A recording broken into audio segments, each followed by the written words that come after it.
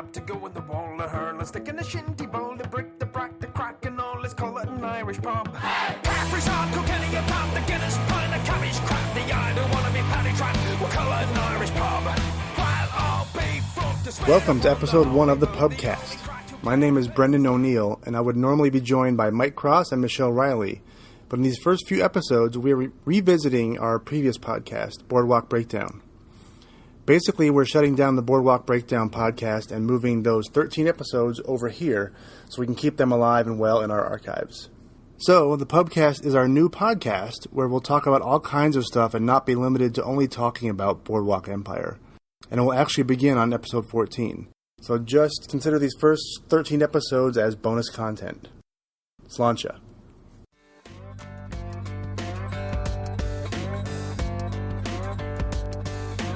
Welcome to the Boardwalk Breakdown podcast, featuring Michelle Riley, Mike Cross, and me, Brendan O'Neill. If you have any comments or questions, you can contact us on Twitter at Boardwalk Break. Enjoy the show.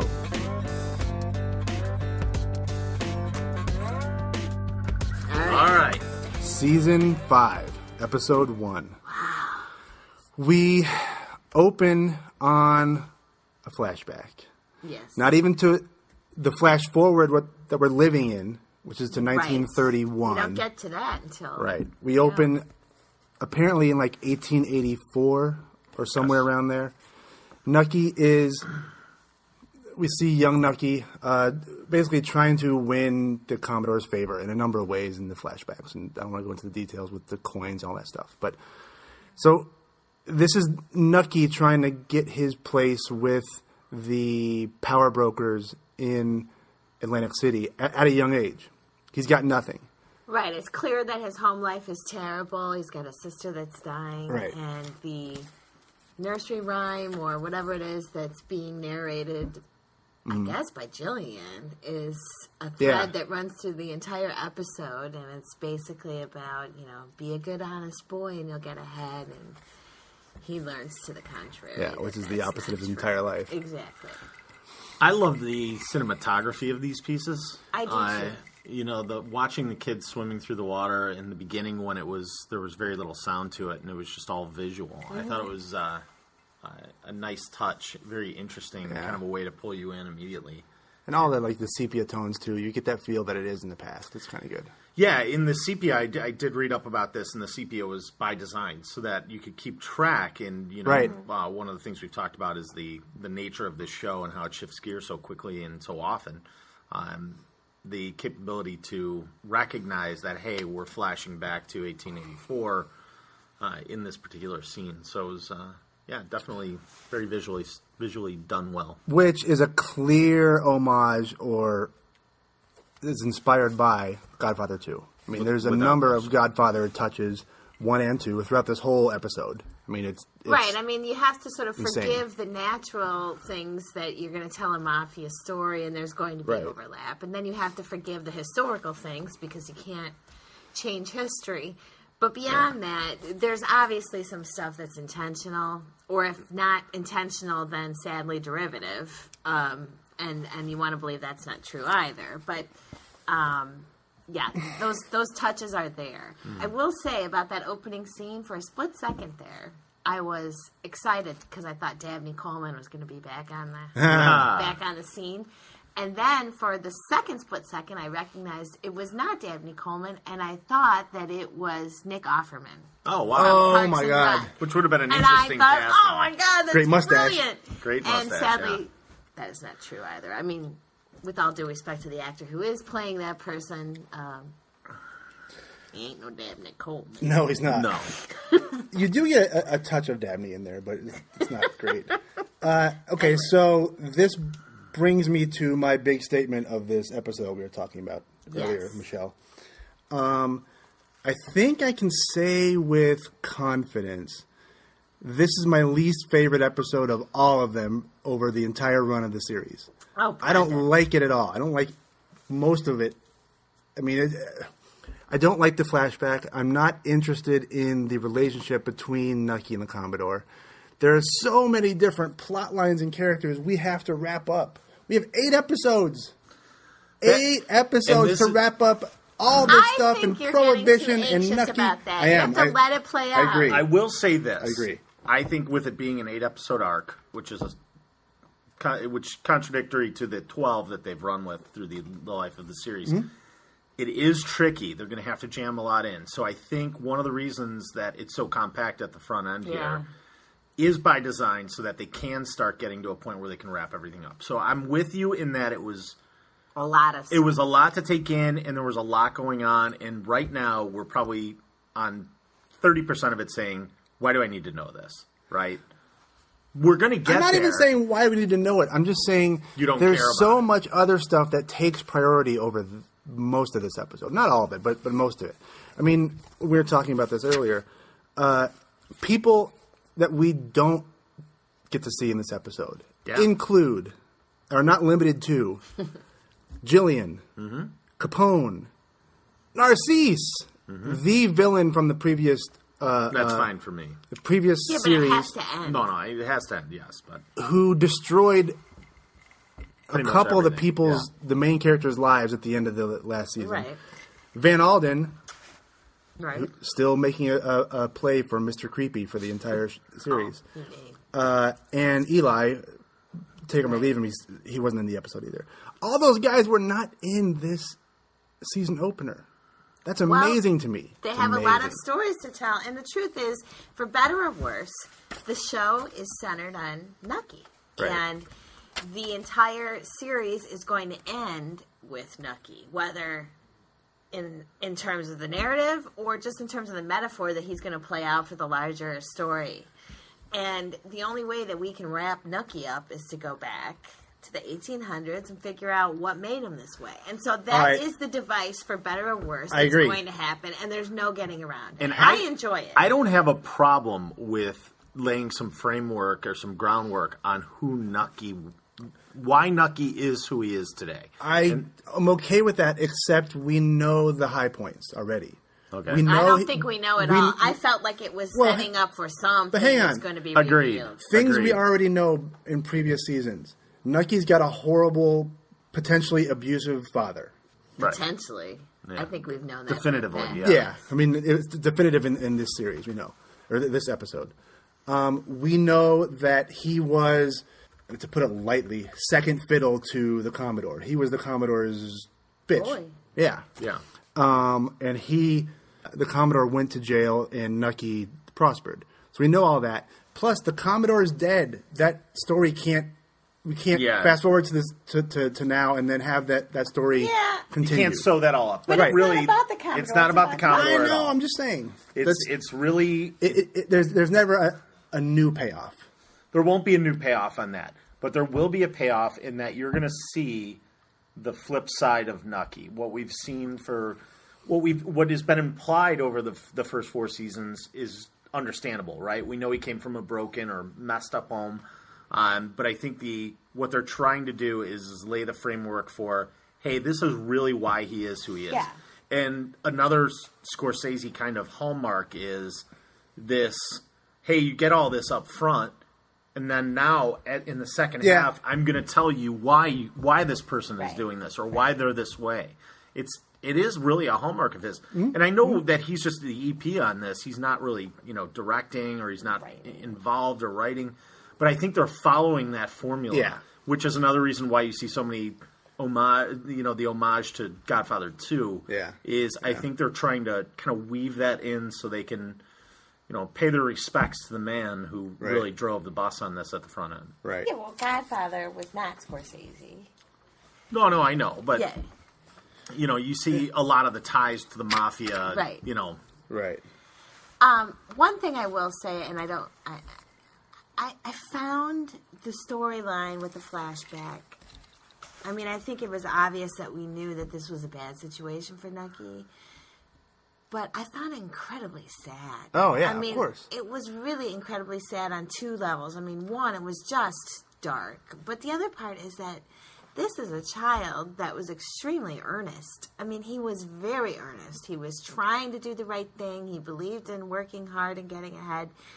And you really do see how that was just beaten out of him. But he had an incredible amount of empathy for his mother, for his sister, for his brother. Yeah. And he really thought that, if he did the right thing, he would be rewarded, and over again. Yeah. Well, is this to humanize him? Are we learning this to see Nucky humanized? Where right now, probably in present day or in Prohibition era to 1931, which is the area the show is covered, you're looking at a guy who's not a monster, but he certainly is a manipulative, conniving. And in the previous two seasons, he got darker. And darker. He got darker. Right. So. All right, let's reel it back in a little bit. Let's show you the human side of him, or show you why he became this monster. Yep. So there's, that could be the time. Yeah. But it is building empathy for the viewer, right? It's getting us invested in what happens to his future, unless you're Brendan, and he is not invested in Nucky whatsoever. I do want to move on from this, but I want to touch on quickly on one thing. It just came to me, and it's, of course, brilliant. Of course. The reason I don't want to see them go into Nucky's past so much, because I think in this show, Nucky, while he's the main character in the bookend of the show, in the through line through the entire plot, he's not the most interesting character of all the main characters. That's not. Hang on. He's the straw that stirs the drink. Go down this road with me for a second, and this is a wild road, so get ready for some turns here. Just like Will and Grace, it was about Will and Grace to start, and then you saw the popularity of Jack and Karen, the wilder, crazier characters. You can go in different directions. They became the show. Absolutely. Will and Grace were there, but they were just holding it together. It was the heart was these crazy characters, and that's what I think has happened to this. Is Nucky is there, and he's the namesake. He's in the title sequence. He's the show. The straight man. He's the straight man. We have all these crazy characters around. I want to see the crazy characters. I know Nucky, you have to stick with Nucky. I get that. But I'm impatient, and I want to see Chalky go crazy. We just see some of that here. Yeah. I want to see Capone's get fully realized. I want to see what happens with the insanity of Van Alden. I want to see all that. I have no doubt that you will. You definitely will. And let me interject 2 points. For most of you that are listening, maybe you don't know who Will and Grace are. Point number 1. Okay, we're old. Who doesn't know who Will and Grace Point number is? 2. I agree with you on a certain level there. It's definitely... Nucky is the one constant in the ever-changing craziness that is Boardwalk Empire. Yeah. He's always there, and he's always sipping his drink slowly, and he's very inanimate. He's not a very animated character, and that is totally by design, and that is totally to show you that he is a guy who is constantly thinking about the next move. He's not living in the moment. He does not live in the moment, and every other character that you describe or that you're alluding to. It's true. Are people who live in the moment. Chalky, Narcisse. He's the only guy I think Darmody. Throughout the show, they've He's lived incredibly that. restrained and disciplined. That's for sure. He has yet to be outthunk. I like that. Outthunk. Right, this from the writer. I'm going with outthunk. Yes. So. Anyway, all right. So Cuba. Flashback. We go to Cuba. Conga. It's conga time. And so this is part 2 of my hatred of this episode is the Sally Wheat character. She's fine, and like we were talking about, she's more of a conveyance, more of a way to get from A to B, a way to introduce Nucky to these new opportunities. She's a vehicle. I'm not a fan of her role. It's just like, it is what it is. Someone has to do it, but I think she's too prominent in my eyes in this scenario. Maybe they should have. I get a kick out of her. I think she's great. I like the actress, not the role. I get a kick out of her, too, and I think that shines through in her body of work. She's always played that kind of character. Oh, well, she's a fantastic actress. Yeah, I mean, what's the Christian Slater movie? True Romance. Oh. She has a pivotal role in that movie, and she plays this kind of off-center character. Oh, she's brilliant. And it is really good. It really kind of pulls things along. So she is totally a vehicle in this, and I will agree with that. Mm-hmm. Could they have cast someone that was unknown that might have kind of made it less imposing? I mean, for lack of a better word. That's a good point. I mean, maybe they're drawn to it because she's so recognizable. You know who she is. Yeah. So recognizable. Yeah. So if she were... Or I think maybe it's because she so easily sidled up to Nucky, and she was brought into his little world so quickly and so easily, where he keeps a lot of people at arm's length. But she was right in. See, I still maintain that the reason that was true is because she is the only woman he's ever met that didn't need anything from him. That's true. I agree with That's that. good. And she also had the keys to a kingdom that he didn't have access to. So it's a you use me, I use you. It's a symbiotic thing. Yeah, I mean, it really is. So I think there's value in that character. I think you do have a justifiable point that it could be a little bit more underplayed. Yeah, I don't know. I just... All right. Yeah. So Cuba is one of the cornerstones of this episode. Yes. It's really important. You know, we've moved ahead. We're talking about the future of liquor being... All right. I had to. We're talking about the future of, you know, booze being legal again, and it's all coming back to Bacardi here. So this was wild, right? Because right away it felt like Fredo and Michael and going to Cuba. I was like, oh my god, it just felt like that. But again, that was the time. It's pre-Castro, and that's what's going on. Yeah, it felt more like Scarface to me. Yes. When he goes to Colombia, well, and then they hang the guy out the helicopter. It felt like that to me more so than... I didn't think about that.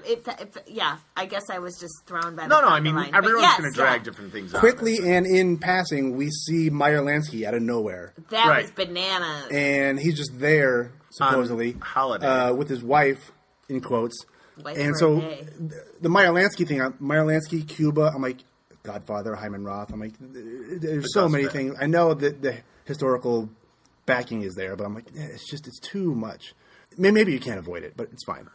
Well, and one of the things I was telling Brendan that I found so interesting, and maybe I'm making this up, but the meeting with the Bacardi family was interesting because there was an implication there that he would be open to doing business with Nucky if the Americans would help him get the hell out of Cuba.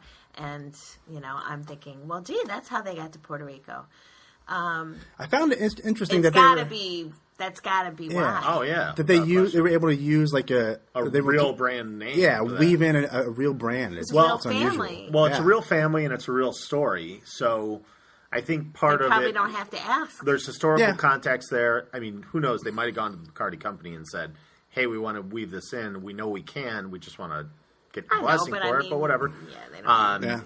You know, it is an interesting part of the storyline. I don't like the Meyer Lansky thing. I thought that was unnecessary. Well, until it became obvious that Meyer Lansky was behind the assassination attempt. Yeah. But, I mean, none of it, the Cuba thing, while it was entertaining and interesting, it didn't work for me. I think it was too forced. I think it was too... I did feel like it was... And I think some of the problem here is that part of HBO's issue, and the reason there's only 8 episodes is because Boardwalk Empire hasn't been that vehicle that they thought it would be. It doesn't have the viewership. It hasn't drawn in more subscriptions. So they're saying, hey, you guys have 8 episodes. Wrap this shit up. And it's so now they're expensive. trying to, and being that it's a period piece, they're talking tons of money. I mean, reliving that set in Cuba. I mean, that had to be movie. Gorgeous. Like, it was unbelievably visually. It moved you. Like, I felt like this really was Cuba in the 30s. Right? Yeah. Oh yeah. I mean, it accomplished what it did, what it set out to. But I think they're handcuffed by this. Hey, bottom line. So instead of saying we're going to do 12 episodes and we're going to do them very thin, they're saying we're going to cram as much as we can into 8, and you have X amount of dollars, right? I guess so. I mean, I'm looking forward to the next 7 because they have to be jam-packed with all kinds of stuff. Yeah. So this one started off pretty slow, so it must be a slow build. Well, I don't know that it was slow. It was just because there were a lot of different things happening throughout the show. I think it was that. Yeah. I mean, and we've seen this happen in previous seasons where they're teeing something up in the first episode. Let's tee this up. They did it with Narcisse. Right. They did it, they did it with Darmody. I'll do that. I get that. So I think that's part of the reason why we're down the path we're down. So through Lansky, we learn quickly that Rothstein is dead. That blew my mind. It was not shown. It just happened in the interim. In the present day of season 5, we are in 1931, 7 years after season 4. As Mike refills his glass of Nucky's favorite bourbon. Rothstein is dead. One of our favorite characters is gone, just out of nowhere and barely talked about. He has to come back in a flashback somewhere, right? It's got to be. There has to be an explanation. You need context for that. Guys like that, there's a story to the dying, and there's also an implication which I didn't really. It was not a strong implication, but there was an implication that he was still connected to Margaret in the scene. Right. Yes. Where we see Margaret, right, all these years later, still gainfully toiling employed away in the same place that she had been. There were two things that were revealed in that segue. The first is obviously introducing the audience to the fact that we are smack dab in the middle of the Depression. Right. 2 years in. And the second, that she doesn't cop to having a family. She's obviously, for all these years, maintained that she's not married, she has no children. So it's really interesting to me at this point where those kids are, what they're up to, if we'll see them as adults, and how that's going to play out. Is she still living in that apartment? I think that was being financed by Rothstein, right? Wasn't he behind it at the end of the season 4? I don't know. I think he was sort of living with her family. Yeah, I think he started to. But there was the implication that there was a relationship there that was going to be some type. So I guess they had to show her that she was still living in some sort of ambiguity. We'll find out more about it. But I thought that was a lost sort of few scenes. Like it didn't feel like we moved forward in the story. It just said, "Oh yeah," and there's Margaret doing her thing, and back to this. It was sort of nothing ever came of it. Well, it's surprising that she stayed in that job for that long. Right, I mean, there's a lot of time that's passed. Yeah, we're 7 years later. To be like 7 years. That much time. 7 years. Changed. Well, I mean, and again, I don't want to keep going back to this, but the fact that their hand was forced on some of this leads to the fact that, hey, we've skipped from 24 to 31. Rothstein died in 28. I'm okay with the skip, but I'm not okay with the skip in that we miss. You're asking, hey, if Rothstein's dead. Well, yeah, he was dead. He was murdered in 1928. So if it's 1931, he's gone. Yeah, but the flashbacks are going to take you. The flashbacks hopefully will take care of that. That's why I don't like the Nucky flashbacks, because it's so sing-songy and whatever. Godfather we have more important flashbacks to see, like Rothstein's death and all that. Rothstein's death is legendary. I mean, he was. Well, then you got to believe it's going to be a climax. It's got. I mean, well, let's hope that it is, because it was a 3-day poker binge. He lost $320,000. It was all fixed. And he refused to pay the debt. And well, I look forward to hearing about that. He's good. In the meantime, we have a juggernaut of a mobster story, which is the coronation of Lucky finally becoming a made man. Yeah. I have to say, I was heartily impressed with this actor. I mean, he not only... Lucky Luciano? Yes, what is his name? The guy? Vincent... yeah. Piat? Help me, Michael. I'm Once again, a couple of Irish people trying to say Italian names. There's too many Irish in the room. Forgive me, Vincent. But Vincent Piazza. Piazza, I believe that was it. But anyway, he actually physically looks different to me. Yeah. I don't know what they did to make him look different. He looks older. He looks older. I think I believe they gave him like a scar here, some sort of thing on his eye and coming down on the right-hand side. Yeah, I don't know if what he's done. Well, he is absolutely gorgeous. But the point is, he looked like a kid. Now he looks like a man.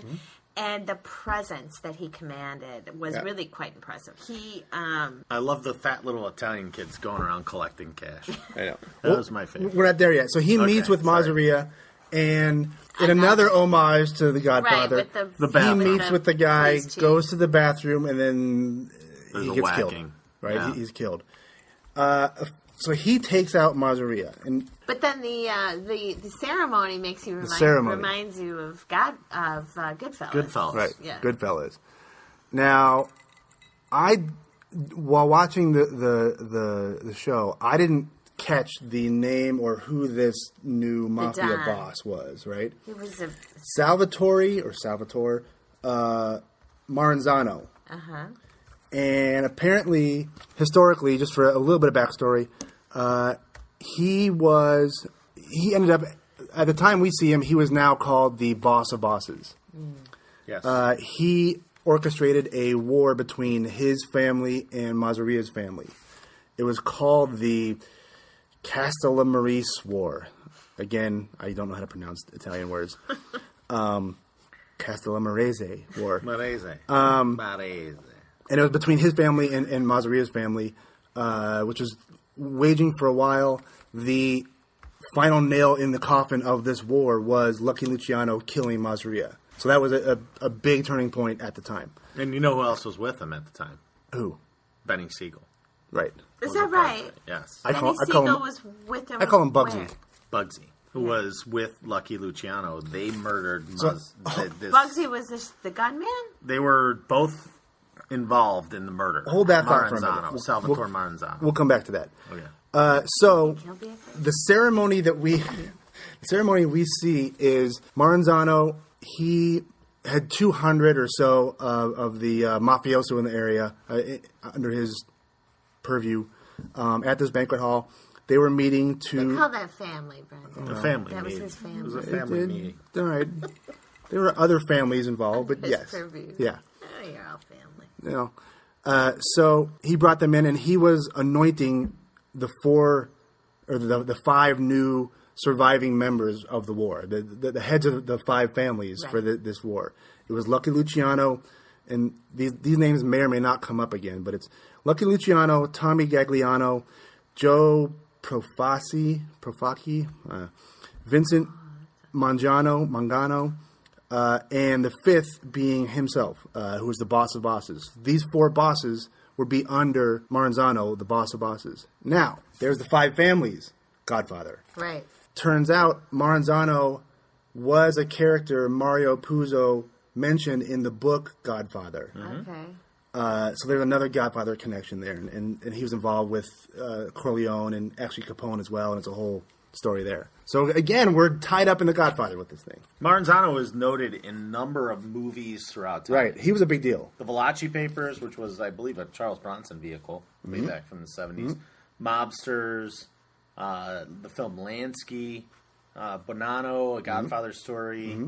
So he's a well-known character in the syndicate history. He is the boss of bosses. Yes. So that's one thing I'm looking forward to. Hopefully soon is to be introduced to Bugsy Siegel. I want to see that character. Yeah, he's a flamboyant type of a character.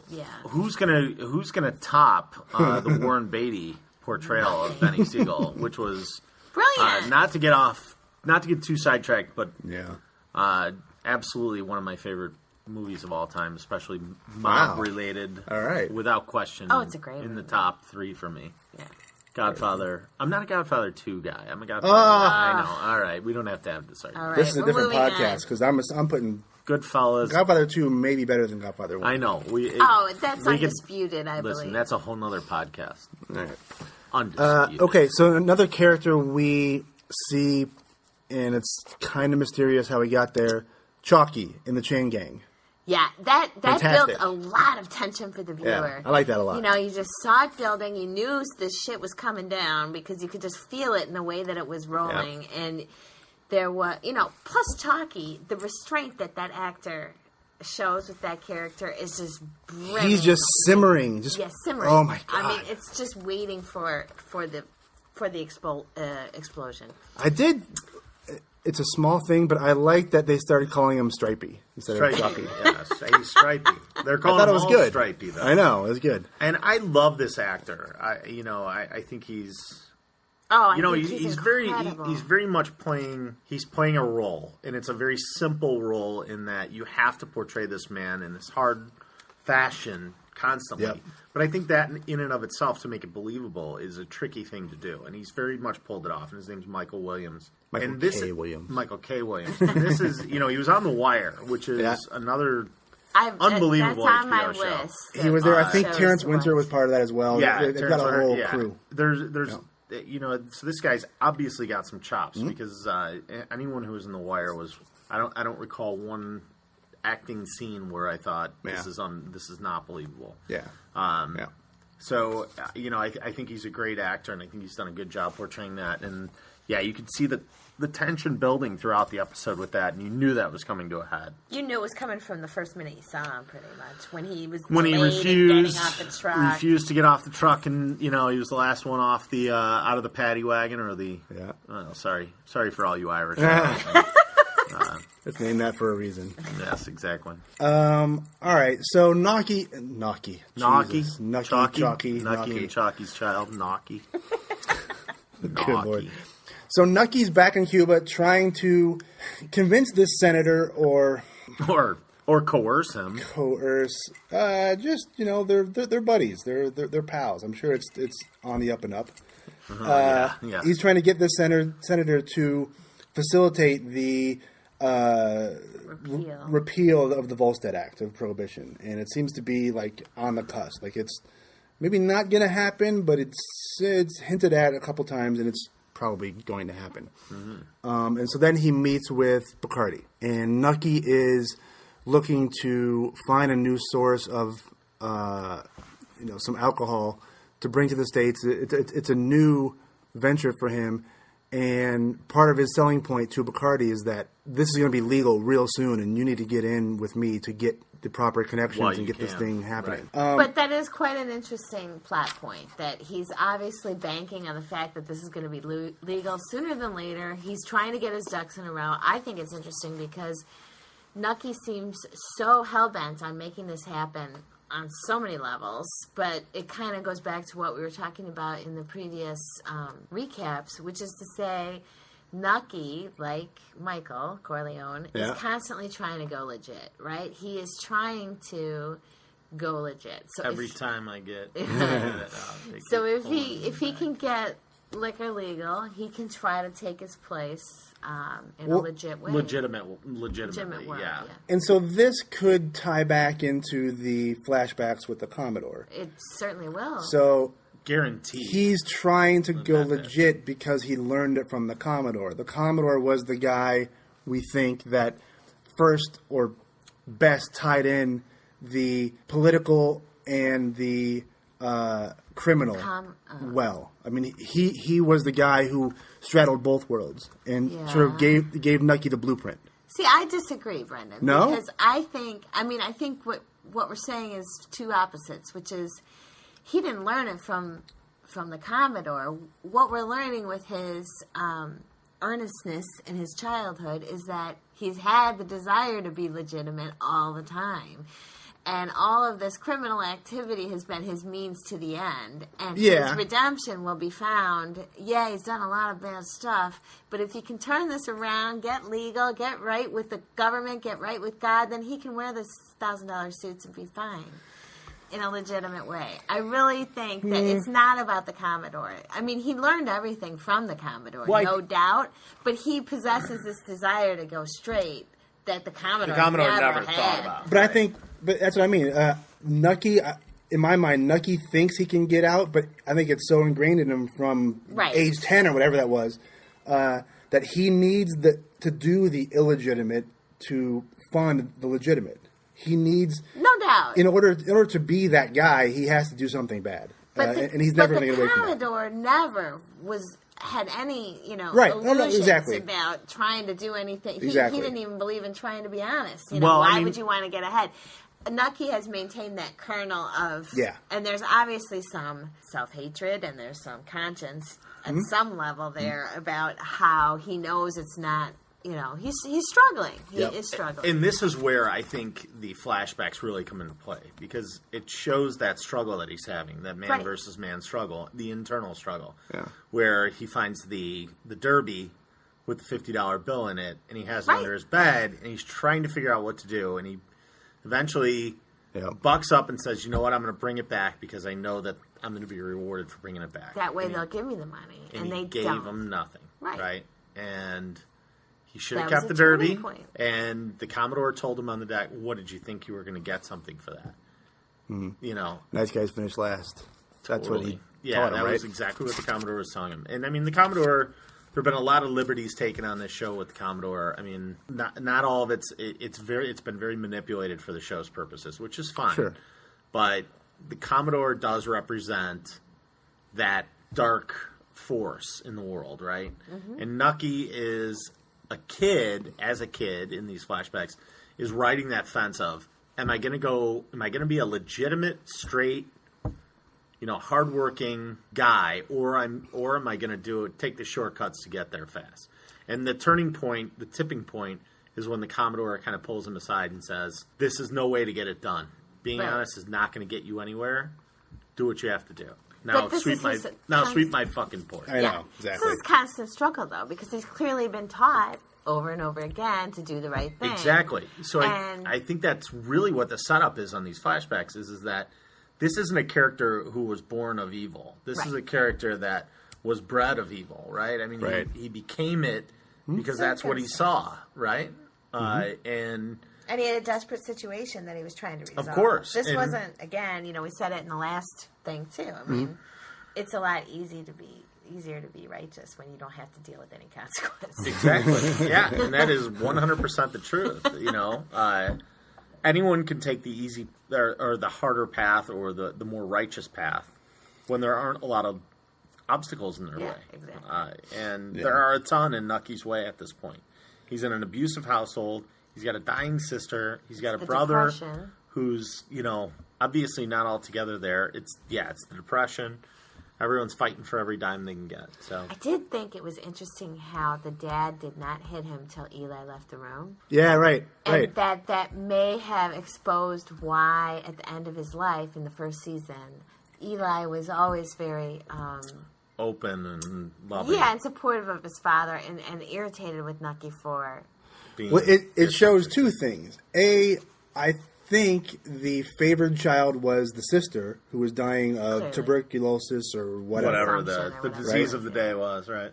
Nucky was the redheaded stepchild, and then of those two, Eli was the favorite, or potentially the favorite of he was older. The two boys. I think that probably had a lot to do with it. It's protecting the younger one and putting the burden on the Well, I mean, it does. We've already seen why Nucky had that house, burned down, right? Yeah. I mean, we already know why now. Yeah. And I think that's some of the wrap up in some of these flashbacks. And I know it's frustrating at times, but I think there is value in wrapping up some of that early on stuff that we had no basis for. There's our little juniors. For the listeners, we are watching the show as we go along here. I actually appreciated how low the ceilings were in this. It's the banquet scene. Because this is not grand, right? This is like a shitville basement. It's like the back of an Italian restaurant. It's the back of a... It's 1930s Dago Mafia shit is what it is. And really, no, I mean, that's what it is. It's like hardcore. It's not unlike the place I got married in, I think, actually. Although it was German. That was German.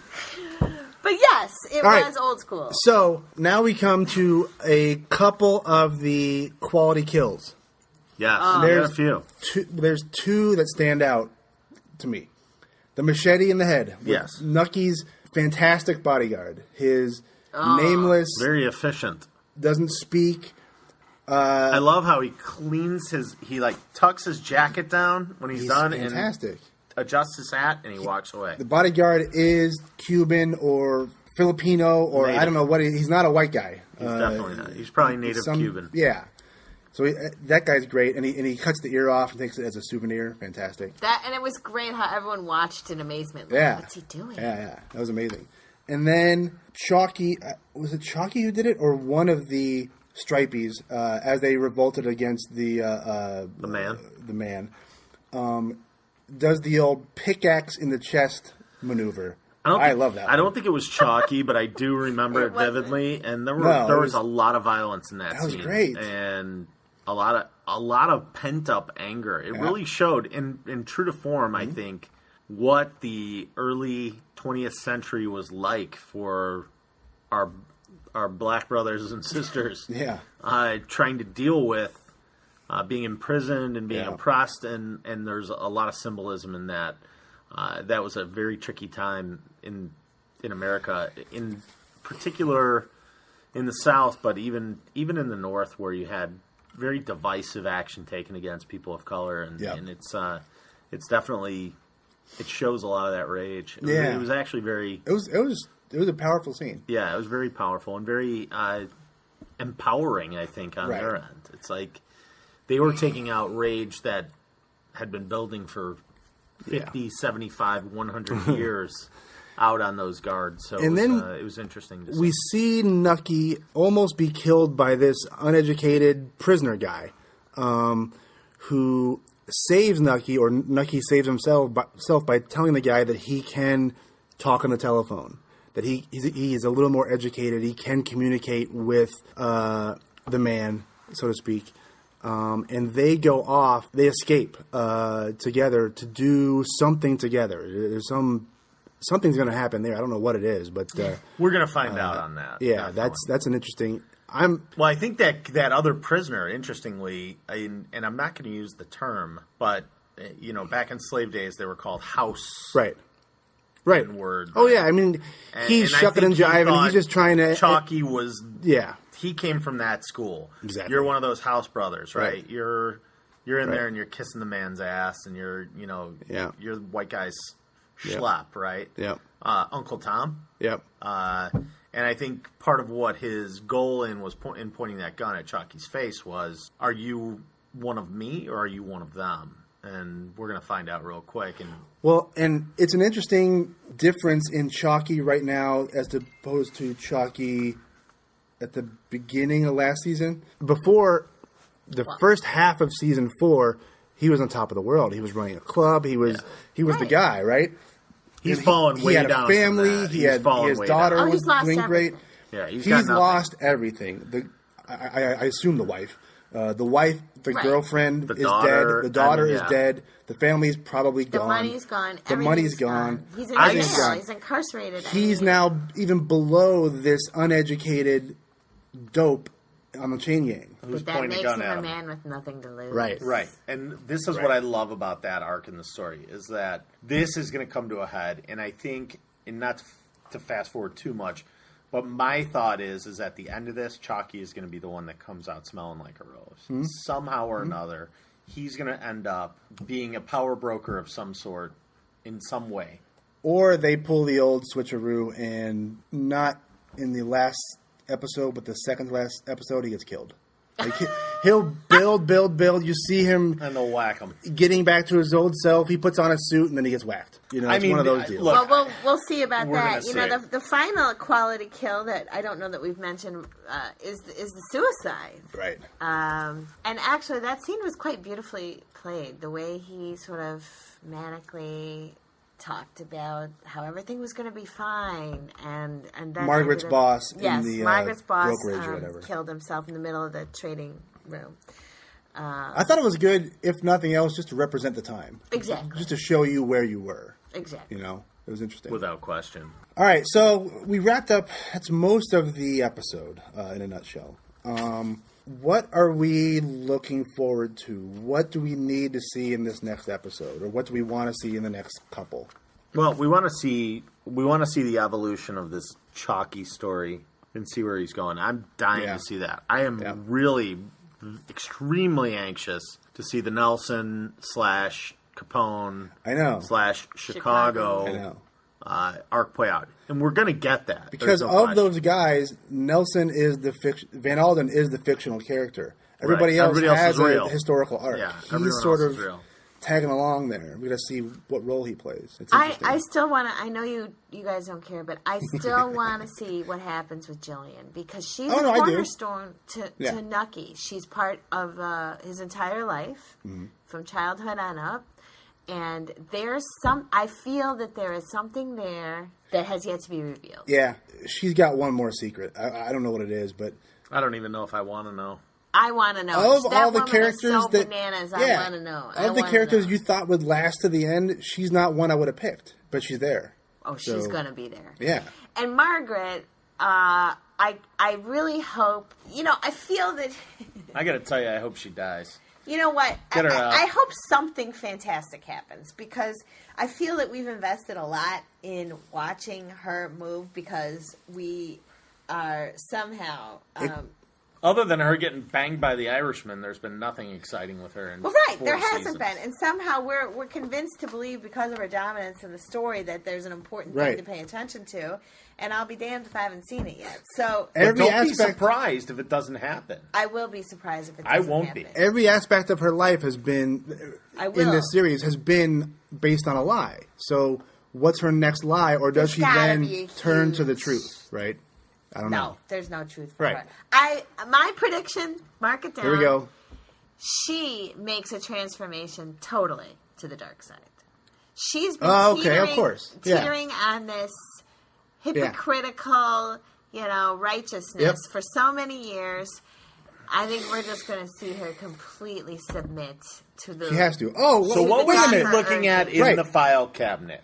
She had the key to the file cabinet, and she was looking up Rothstein's. No, but it was Redstone. Redstone. That's Rothstein's alias. Thank you. That's his alias. I have to believe that she's been making money with him this whole time. And my guess is now that he's dead... They had an arrangement of some sort. And she's probably got the only one that knows that money's there. Yeah. And so she's got to figure out a way to get that money out. So does she get away scot-free is the question. Is she going to walk away with Rothstein's treasure trove, whatever that might be?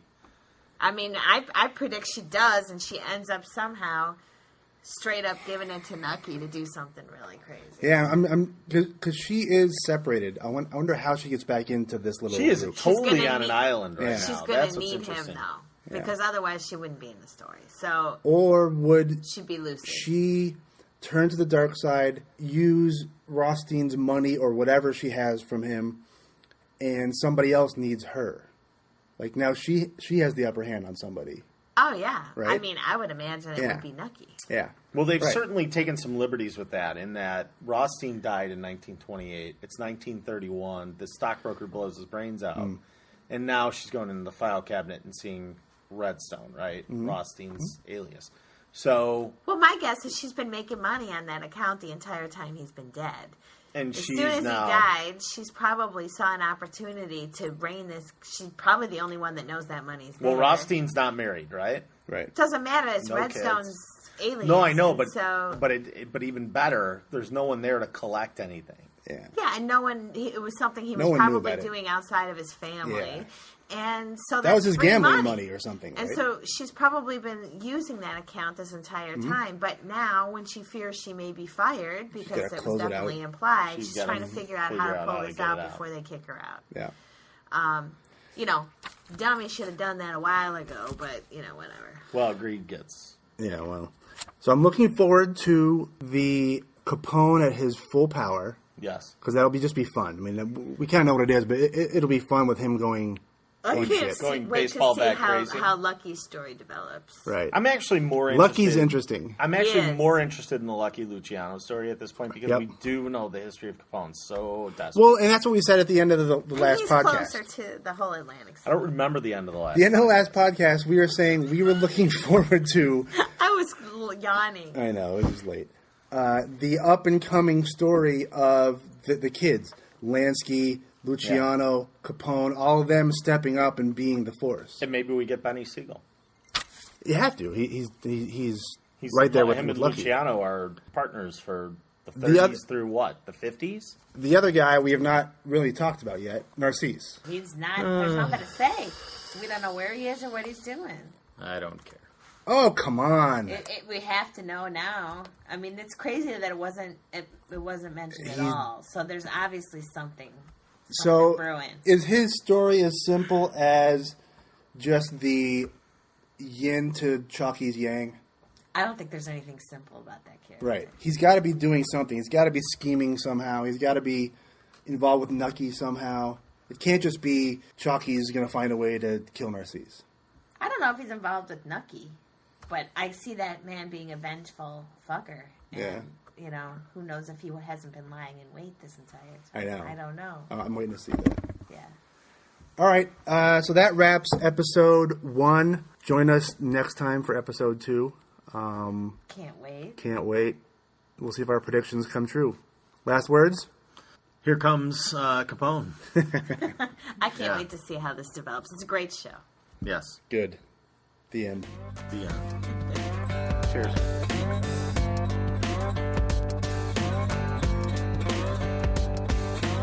Thank you for listening to Boardwalk Breakdown. Follow us on Twitter at Boardwalk Break.